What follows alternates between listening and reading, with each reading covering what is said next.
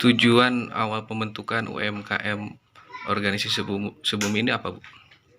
Jadi kemarin itu karena kami yang 10 orang ini pada nganggur dan kita tidak mendapatkan upah sama sekali dari perusahaan, saya berpikir apa sih yang harus kita lakukan supaya bisa menutupi buku, walaupun tidak sepenuhnya untuk ekonomi gitu kan di rumah, karena kawan-kawan mumet untuk memikirkan PHK juga belum dapat gitu seperti itu. Jadi saya berpikir harus ada yang saya lakukan gitu, dan ternyata kita rapat, padahal kita sepakat bahwa kita mencoba untuk bikin makanan kecil-kecilan seperti ini.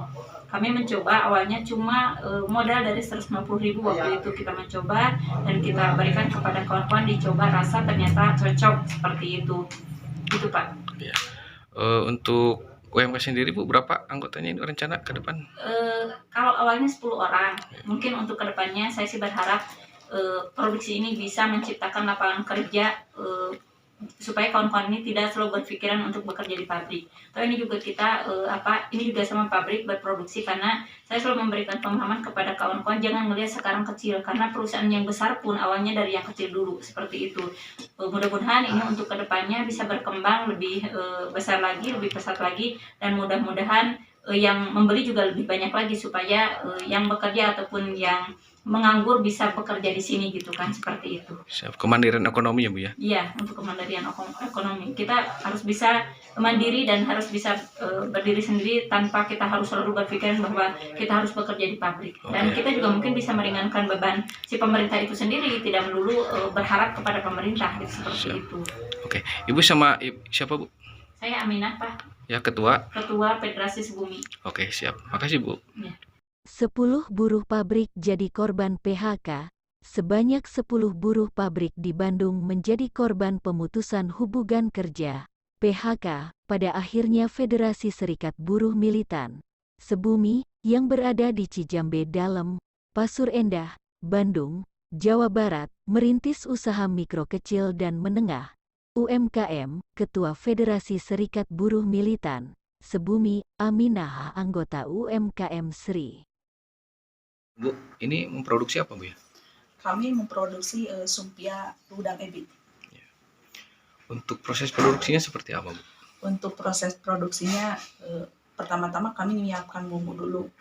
Ya, bumbu utamanya kan udang ebi, termasuk bumbu yang lainnya biar terasa sedap. Kemudian untuk kulitnya kami baru beli kulitnya, kemudian dilakukan pemotongan untuk kulitnya. Setelah bumbunya jadi, kita melakukan pembungkusan bumbu itu sendiri. Kemudian setelah beres bumbu dibungkus oleh kulit lumpia, kita biarkan dulu agak kering untuk antisipasi biar tidak terlalu banyak memakan minyak pada saat penggorengan.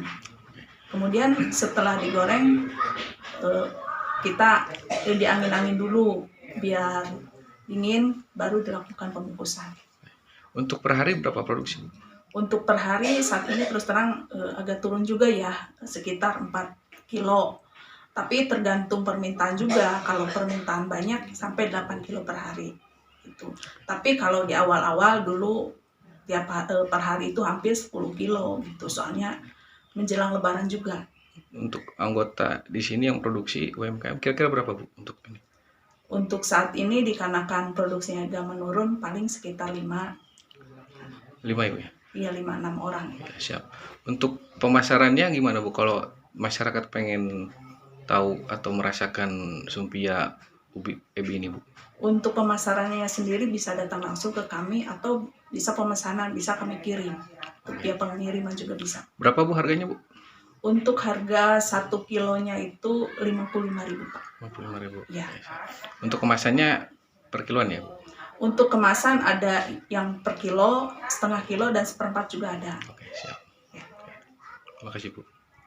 Kang, gimana terkait rasa sumpia ebi buatan produksi Sebumi Bandung? Enak, gurih. Mungkin teman-teman yang lain bisa mencoba.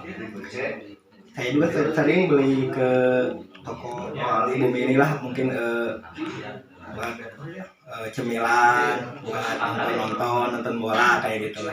Cobain teman-teman.